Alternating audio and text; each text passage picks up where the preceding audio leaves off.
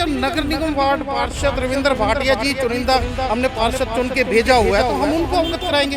उनकी ड्यूटी बनती है ये काम कराने। अगर या तो वो हाथ खड़े कर दे तो हम करवा के दिखा देंगे। करोड़ों रुपए के टेंडर दिए जा रहे हैं, जो उसे सड़क बनी हुई है उन्हें उखाड़ के दोबारा आरसीसी की बनाई जाती है, नाले बनाए जाते हैं, वहाँ से रोड पत्थर नहीं उठाए जाते। नहीं, जहाँ पे पैसा लगना चाहिए वहाँ तो लगाते नहीं, और जहाँ पे प्रॉपर रोड है वहाँ पे उखाड़ के बनाए जाते हैं। प्रशासन रविंद्र भाटिया, नगर निगम प्रशासन रविंद्र भाटिया, नगर निगम प्रशासन। नमस्कार, आप देख रहे हैं इंडिया की दहाड़। इस समय हम पहुंचे हैं सोनोली रोड और सेक्टर 11-12 को जोड़ने वाली मेन सड़क।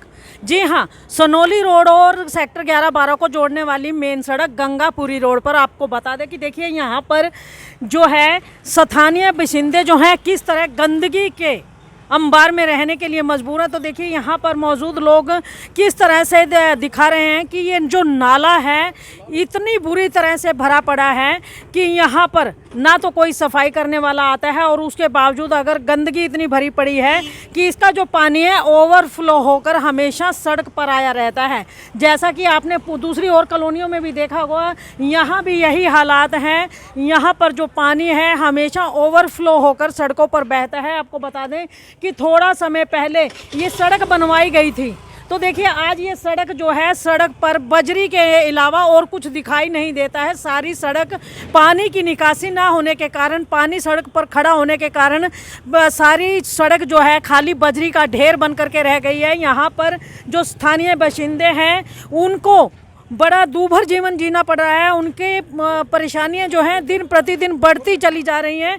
तो यहाँ पर जो देखिए यहाँ के लोग किस तरीके से ज़िंदगी जीते हैं, जो कि शहर के नेता और प्रशासनिक अधिकारी ये कहते हैं कि पानीपत सफाई में नंबर 1 है। तो ये हैं पानीपत नंबर 1 की लाइव तस्वीरें। जी हाँ, पानीपत नंबर 1 की लाइव तस्वीरें आपको इंडिया की दहाड़ के माध्यम से दिखाई जा रही हैं। तो देखिए किस तरह से लोग यहाँ पर ज़िंदगी जीते हैं, ये भी आप देखेंगे। और पानी की जो निकासी है वो किस तरीके से यहाँ पर होती है वो भी हम आपको दिखाएंगे। तो देखिए यहाँ पर लोग जो हैं अगर खुद कोई बंदोबस्त ना करें तो उनके घरों का जो पानी है, नाले की जो पानी की निकासी है, देखिए किस तरीके से होती है। ये देखिए ये लोग यहाँ पर बोरियां और ना जाने क्या क्या पॉलीथीन वगैरह इसमें ठूसने के बाद इसको पानी की निकासी को बंद करते हैं। जैसा ही इसको हटाया गया तो देखिए पानी जो है, नाले का गंदा पानी है, सड़क पर आना शुरू हो गया है।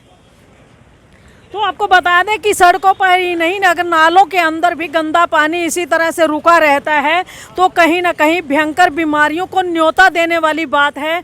इस तरह के हालात इस पूरी सड़क पर हैं, केवल एक जगह नहीं, पूरी सड़क पर हैं इस तरह के हालात, और लोग नरकीय जीवन जीने को मजबूर हैं। और यहाँ के जो स्थानीय बाशिंदे हैं उनसे ये भी जानना चाहेंगे कि क्या कहना चाहते हैं, क्या उन लोगों ने अपनी शिकायत किसी को दी है, किसी से बातचीत की है या नहीं की है, ये भी इनसे जानना चाहेंगे हम। बुलाने गए हैं जेबी वाले को। तो देखिए यहाँ के स्थानीय बाशिंदा हमारे साथ यहाँ पर खड़े हुए हैं। सबसे पहले तो उन्हीं से जानना चाहेंगे कि किस तरह की परेशानियाँ आ रही हैं आपको इस नाले को लेकर के। यहाँ पे जो बरसाती सीजन होने से पहले 2 बूंद अगर पड़ जाती है तो पूरा रोड जो है ना पानी से लबालब हो जाता है। सबके घरों में पानी जाता है, ट्रांसपोर्ट के गोदाम है या किसी धागे वाले सबके गोदामों में पानी जाता है। यहाँ पर कोई समाधान नहीं है, और सफाई वाले कभी आते हैं कभी नहीं आते फॉर्मेलिटी थोड़ी करके चले जाते हैं। तो आपने इस चीज़ की शिकायत नहीं दी कभी? सभी ने, पूरे जो गंगापुरी रोड के वासी हैं सभी ने कई बार शिकायतें करी हैं। तो फिर उसके बाद कुछ नहीं हुआ? अभी तक कोई समाधान नहीं है। किस किस को दी शिकायत अभी तक? यहाँ पे विधायक जी को भी और MP साहब को भी। अच्छा, MP विधायक तक शिकायत जाने के बाद पूरे गंगापुर रोड के लोग गए भी थे कई बार, दिल्ली 2-3 बार। क्या नाम है आपका?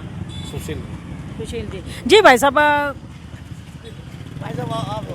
तो देखिए यहाँ के जो स्थानीय बाशिंदे, उनका कहना है कि विधायक और MP भी इस बारे में जानते हैं, लेकिन सब कुछ जानने के बाद भी विधायक और एमपी द्वारा कोई भी प्रयास नहीं किया जा रहा है। और ये एक मेन रोड है, जी हाँ एक मेन रोड है, एक सोनोली रोड जो हाईवे ही कहेंगे हम उसको, एक सोनोली रोड है और उधर दूसरी तरफ सेक्टर 11-12 एक पोश एरिया है। इन दोनों को अटैच करने वाला ये मेन रास्ता है गंगापुरी रोड।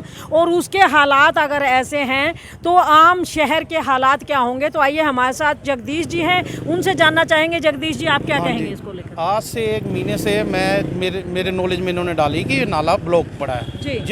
जिसकी सूचना मैंने यहाँ के नगर निगम वार्ड पार्षद रविंद्र भाटिया जी को दी। और एक बार नहीं कई बार देने के बावजूद उन्होंने मेरे को एक नंबर प्रोवाइड कराया कि इन्हें फ़ोन करो आप। मैंने उन्हें फ़ोन करा तो 2 आदमी एक दिन भेजे, थोड़ी सी 2 दुकानों के आगे मिट्टी निकाल के चले गए।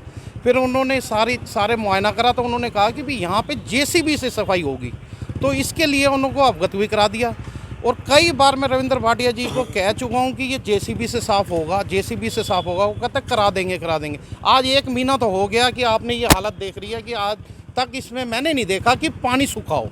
और जिसकी वजह से ना पूरा सेक्टर 11 वासी भी सफ़र कर रहा है। ये नहीं कहता मैं कि नगर निगम ही ये गंगापुरी रोड वाले सफ़र कर रहे हैं। यही नाला ड्रेन 1 में जाता है, जिसकी वजह से वहाँ भी ओवरफ्लो होता है। ये अगर प्रॉपर मतलब ये सेक्टर 11-12 से निकल हाँ जी बिल्कुल जी, सेक्टर 11 से जाता है। हम ये नहीं कहते कि ये सिर्फ सफ़र कर रहे हैं, सेक्टर 11 वासी भी सफ़र कर रहे हैं। यहाँ से ओवरफ्लो होकर सारा पानी रोड पे जाता है। और ये सड़क जो सी है ना, पहले रिपेयर हुई थी, ये अपना जो दशहरा था, दशहरे पे रविंद्र भाटी जी ने रिपेयर कराई थी, पर कोई फ़ायदा नहीं। जब तक पानी की निकासी नहीं होगी ये सड़क कामयाब हो ही नहीं सकती। और कई बार अवगत कराने के बाद भी इनों की कान पे जूं तक नहीं रह गई कि भी इसको सफाई भी कर दे।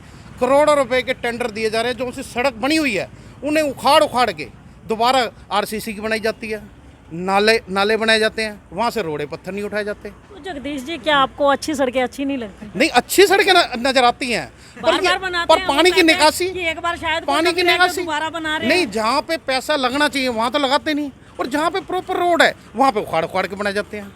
हमें तो आज तक इनकी नीति नहीं समझ आई। अच्छा, ये जो आप कह रहे हो नाले के लिए कहीं लिखित में शिकायत दी आप लोगों ने? लिखित की जरूरत ही नहीं। जब नगर निगम वार्ड पार्षद रविंद्र भाटिया जी चुनिंदा हमने पार्षद चुन के भेजा हुआ है तो हम उनको अवगत कराएंगे। उनकी ड्यूटी बनती है ये काम कराने की। अगर या तो वो हाथ खड़े कर दें तो हम करवा के दिखा देंगे। उनकी तो ड्यूटी बनती है। मेरे को लगता कहीं ना कहीं आप कोई उनसे कोई विरोधाभास तो नहीं है? विरोधाभास नहीं है जी, कोई आप नहीं। मैं बताता हूँ जी, मैं कोई अकेला नहीं हूँ, मेरे को चुना गया है। मैं RWS रेजिडेंस वेलफेयर सोसाइटी का एग्जीक्यूटिव मेंबर हूँ और मेरी ड्यूटी बनती है कि भी मुद्दे उठाने अगर कोई इस तरह की समस्या है तो आप क्या चाहते हैं फिर? मैं तो ये चाहता हूँ कि जेसीबी से नाला साफ हो और इस नाले का नए का टेंडर भी लगे ताकि लोगों को राहत मिले। यही नहीं, सेक्टर 11 वासियों को भी राहत मिलेगी इससे। तो देखिए ये जगदीश कालाड़ा जी हमारे साथ, जिनका कहना है कि इस नाले को लेकर के कई बार वार्ड पार्षद रविंद्र भाटिया से भी बात कर चुके हैं, नगर निगम के अधिकारियों कर्मचारियों से भी बात हुई है। जैसा कि इन्होंने बताया कि रविंद्र भाटिया ने जो इनको एक नंबर दिया था उस पर इन्होंने कॉल किया, तो वो मौके पर यहाँ पर नाले की सफाई के लिए आए भी थे।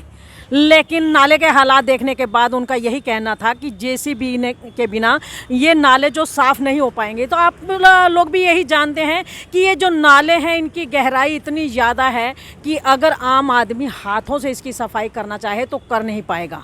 ये तो अगर जिस आदमी को ये अंदाज़ा ना हो कि नाले कितने गहरे हैं, आज कहीं भी नया नाला बन रहा है, जाकर एक बार उस नाले की गहराई को नाप लीजिए, आपको इन नालों की गहराई का अंदाज़ा खुद ब खुद हो जाएगा। तो कहना चाहेंगे एक बार इंडिया की दहाड़ के माध्यम से कि आप जो जेन्युइन नालियाँ थी, छोटी छोटी नालियाँ थी जिनके जरिए पानी बखूबी निकल जाता था, लेकिन उनको तोड़ करके मोटे कमीशन के फेर में ये बड़े बड़े नाले बना रहे हो, कम से कम इन नालों को साफ तो करवा दो। क्योंकि नालियाँ थी, छोटी होती थी तो आम जन भी जो जिसके घर के आगे पानी रुकता था वो भी कोई ना कोई चीज़ लेकर के कूड़ा कचरा निकाल कर बाहर रख देता था, तो पानी स्मूथली चला जाता था।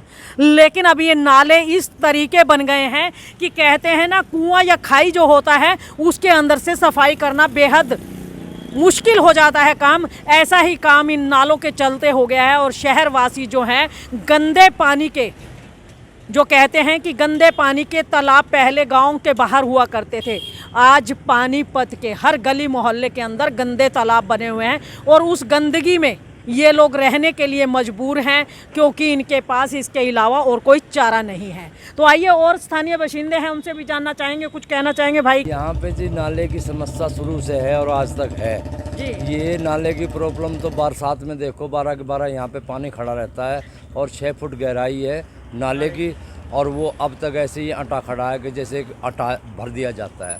और यहाँ कहा सुनाई तो बहुत हुई है, सभी जगह एमसी पे भी जाते हैं, भाटिया जी पे, लेकिन सुनाई नहीं होती।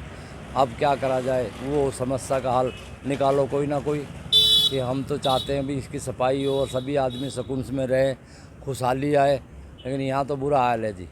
अब आपका पार्षद जो है रविंद्र भाटिया, वो कहता है जी विकास कार्य जोरों पर हैं, आप कहते हो सफाई नहीं होती नाले विकास की। कार्य जोरों पर तो पूरे शहर में ही नहीं है। यहाँ तो गंदगी की इतनी समस्या है कि पानी का ही निकासी नहीं है। हम इसीलिए चुप हो जाते हैं, पानी की निकासी नहीं, क्या करे रविंद्र भाटिया, क्या करे वो, लेकिन करना तो उन्हीं को ही है। वे मौजूदा अफसर है, शहर के विधायक है, सांसद है, उनको ही करना है, शहर का ध्यान तो वही करेंगे। तो जी हम तो यही चाहते हैं कि आप बस कृपा करके ये काम करा दो, इसकी नाले की सफाइयाँ हो किसी मशीन से ही। अच्छा, नाले मंजूर होते हैं, टेंडर पास होते हैं, नाले नहीं है, ये नालियाँ हैं। नाला होता है कम से कम 5 फुट का और ये है 2 फुट का। नाला वो होता है जो बरसात का पानी आवे उसको भी कवर करे और आम पानी जो डेली का है उसको भी कवर करे। अब ये यहाँ पे अगर बरसात 4 बूंद पड़ जाए, यहाँ नदी बह जाती है। मतलब नालियों को नाला का रूप दिया हाँ जा जी, रहा है। नालियों को नाले का रूप दिया जा रहा है। ये नाले है ही नहीं, 2 फुट का नाला होता है, 2 फुट का तो नाला ही नहीं। चौड़ाई 2 फुट है इसकी और गहराई 6 फुट है। ये नाला जी कम से कम 5 या 6 फुट होना चाहिए चौड़ाई, तब तो पानी को कवर करेगा ये, वरना ये पानी को कवर नहीं करेगा, ये समस्या बनी रहेगी। क्या नाम है आपका? रतनलाल तुसाम। तो देखिए ये रतनलाल हमारे साथ, जिन्होंने एक बहुत अच्छी बात बताई कि नाला जो होता है उसकी चौड़ाई कम से कम 5 फुट होनी चाहिए, और इन्होंने बताया कि यहाँ जो नाले बनाए गए हैं उनकी 2 फुट की चौड़ाई है और गहराई जो है 6 से 7 फुट कर दी जाती है, जिसके चलते यहाँ पर अगर जेसीबी से भी इस नालों को साफ़ करने के लिए आएंगे तो बड़ी मुश्किल काम हो जाता है। कहीं ना कहीं नाला जो है टूटना शुरू हो जाता है। अब ये ना तो नालियाँ हैं ना नाले हैं, इसीलिए इनकी सफाई होना नामुमकिन सा हो गया है, क्योंकि वो चौड़ा नाला होगा तो जेसीबी से सफाई हो जाएगी। अगर छोटी नालियां होती तो जो हाथ से काम करने वाले कर्मचारी हैं वो भी इन नालियों को अच्छे से साफ कर लेते। तो यहाँ पर दिक्कतें एक नहीं कई हैं, और उसके साथ साथ सबसे बड़ी दिक्कत ये है कि नाले का पानी ओवरफ्लो होकर जब सड़क पर आता है तो सड़क की हालात देखिए, बजरी का ढेर भर बन करके रह गई है ये सड़क, और सारा का सारा पानी गंदा सड़क पर खड़ा हो जाता है। जहाँ एक और लोगों को आने जाने में परेशानी होती है, वहीं दूसरी ओर गंदगी में मक्खी मच्छर पनपने की वजह से बीमारियों का खतरा भी बना रहता है। एक और जहां लोग ये सरकार हर बार यही कहती है कि कोरोना की 3री लहर, 4थी लहर, अभी 5वीं लहर का भी अंदाज़ा लगाया जा रहा है, कहते कि 5वीं लहर आने वाली है। तो मैं कहना चाहूँगी इंडिया की दहाड़ के माध्यम से प्रशासनिक अधिकारियों और नेताओं से कि 5वीं लहर तो कोरोना की भले ही आए या ना आए, लेकिन अगर इसी तरह से नाले ओवरफ्लो होकर सड़कों पर पानी बहता रहा तो लोगों को अन्य बीमारियां जरूर घेर लेंगी। इंडिया की दहाड़ के लिए रमा देवी, पानीपत। शायद ड्रेन को लेकर कोई चल रहा है। हाँ, कमिश्नर साहब से हम आज इसी बारे में बात कर रहे हैं कि शहर के अंदर से जो हमारा ड्रेन नंबर 1 है, इसमें कई जगह पर प्लास्टिक का बहुत ज़्यादा कचरा हो गया है, तो वो सारा साफ़ कराया जाए और उसको हम एमसीपी और हमारी एक्सिन इरिगेशन दोनों की टीम संयुक्त से कराएंगे। सर, कमिश्नर साहब से ये भी बात की जाएगी कि शहर के नाले भी बड़े भरे हैं। हाँ जी, सारे नाले साफ़ कराए जाएंगे, सारे नाले बाकायदा बारिशों से पहले साफ़ कराए जाएंगे ताकि बारिशों में आमजन को दिक्कत न। नालों को लेकर क्या है आपकी कार्रवाई? उपायुक्त महोदय के आदेशों की पालना पूर्ण रूप से होगी। हमने पहले ही इसकी सफाई की व्यवस्था जो हमारी तरफ से होनी है वो हम करने जा रहे हैं, लेकिन अब इरीगेशन की तरफ से होगी। मेरे ख्याल उपायुक्त महोदय ने मीटिंग बुला रखी 12 बजे की, तो उसमें उनका पैसा आता है सारा इरिगेशन डिपार्टमेंट के पास। फिर भी अगर कारपोरेशन की तरफ से किसी पैसे को खर्च करने की ज़रूरत होगी हम उसको जरूर करेंगे। और बाकी सभी नालों की माननीय मंत्री जी के रेगुलर रिपोर्ट जाती है साफ करने के लिए। ड्रेन नंबर 1 जिसका डीसी साहब जिक्र कर रहे थे, उसको 12 बजे के बाद जो निर्णय होगा उसको फॉलो किया जाएगा और बिल्कुल शहर को साफ सुथरा रखा जाएगा। क्योंकि मेयर के बड़े सुबह सुबह फोटो आते हैं फेसबुक पे, वो खुद सफाई करवा रही है, सफाई कर्मचारी सफाई नहीं कर रहे कि या सिर्फ फोटो सेशन चल रही है? नहीं, सफाई कर्मचारी सफाई कर रहे हैं। हमारे एक दो टेंडर नहीं लगे थे, आपको पता है सभी को कि हमारे पास आदमी जितने चाहिए शहर को साफ करने के लिए वो नहीं है अभी तक। तो मेयर साहिबा अपने हिसाब से जाती है, या जिसमें बहुत सारे पार्षद भी जाते हैं, कई बार हमारे दूसरे पॉलिटिशियन भी जाते हैं, जाना चाहिए, अच्छी बात है ये तो। हम भी जाते हैं, खुद भी जाते हैं।